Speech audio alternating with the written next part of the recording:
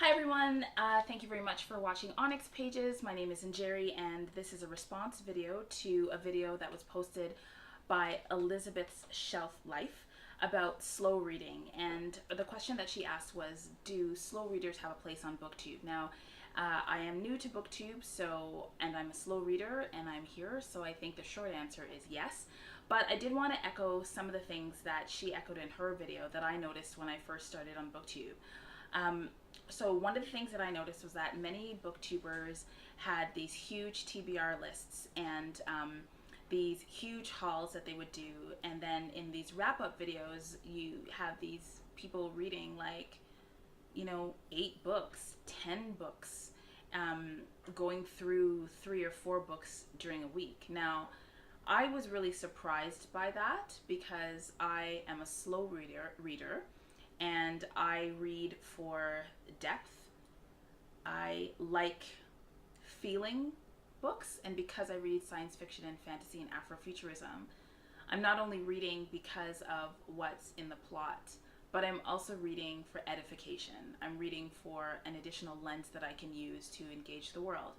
I'm reading to see the connections between different books, and not different books in a series, but different books in an author's bibliography. It's not uncommon for me to read all the books that an author has written. So for example, I've read all of the books that Nalo Hopkinson has written, and I've read all of the books that Octavia Butler has written.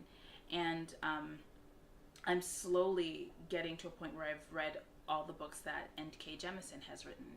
And the reason I read this way is because I want to be more knowledgeable. I want to be more creative. I want to be more aspirational. I want to ultimately support the writers who are doing this work, because I think that the imagination is a wonderful world building and world changing tool. And so I tend to my imagination while I'm reading. So quite like Elizabeth, I like to digest what I'm reading. Sometimes if I encounter a character or a plot line or an existential question that is so deep, I will put down a book for weeks or months before I return to it, after I've had some time to think about the implications of what I'm reading or what I've read.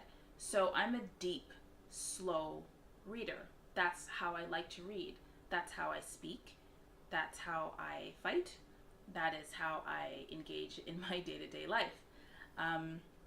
So because I engage in mindful reading and contemplative reading, I don't end up reading a lot at the end of the week, and I don't end up reading a lot as a result at the end of the month. So my TBR lists are perhaps quite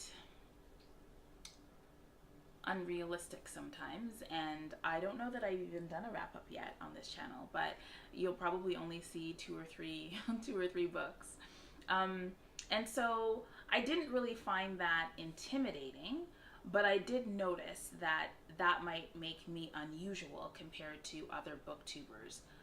But I'm kind of unusual anyway, I think, because when I started looking around BookTube, I didn't find other booktubers who read for the reasons that I read the types of things that I read on purpose exclusively. So I guess it doesn't really bother me at all that I'm not going to be going through as many books as other people, although I have noticed that I have started to read faster and I've started to look for more time to read. I've stopped watching Netflix. I have a very busy career, so my time is quite limited for reading. And so I'm choosing reading over other kinds of leisure, and I don't mind that because it slows me down and it helps me to calm down. So I guess to Elizabeth, you are not alone in your desire to read slowly.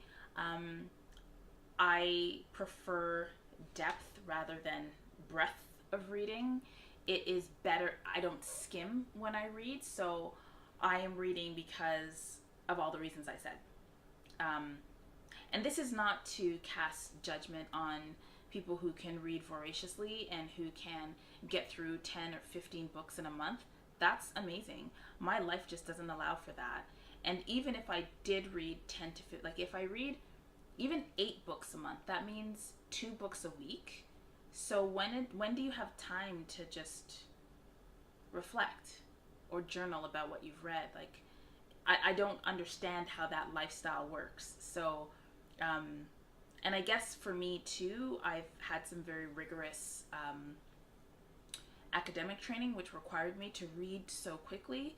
And I developed that skill, but I also realized that when I personally, not other people, but when I personally read quickly, I am not getting the benefits of the words. And the authors that I read, they read for a purpose, and it's sometimes a political purpose.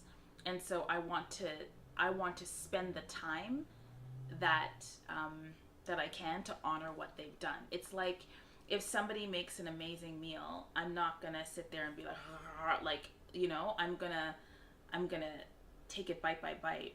I'm gonna contemplate the spices. I'm gonna think about the texture. I'm gonna look at the color. I'm gonna pay attention to how they have put things on the plate. If I'm drinking a beautiful glass of wine, I'm not gonna guzzle it. I'm gonna sip it. I'm gonna listen to it. I'm gonna look at the legs in the wine glass. I'm going to smell it. I'm going to do all of these things, and I will probably take a really long time drinking this glass of wine. And I feel like books are like that for me. So respecting the author and respecting these stories requires me to, it requires that I slow down. So that is me. That is how I approach books, and that is my response to the question, do slow readers have a place on BookTube? Absolutely, we do. We are booktubers who approach books in a way that's just as valid as booktubers who can read very quickly and get that depth and get that meaning and get that connection, and also read tremendous volumes of work all at once or right after each other. And that is it. I will start babbling if I continue this video, so I'm going to end it here. But thanks very much for asking that question. Elizabeth, your question has assisted me in feeling like there's a place for the type of reading that I do as well on BookTube. Okay, thanks for watching ONYX Pages, and I will see you next time.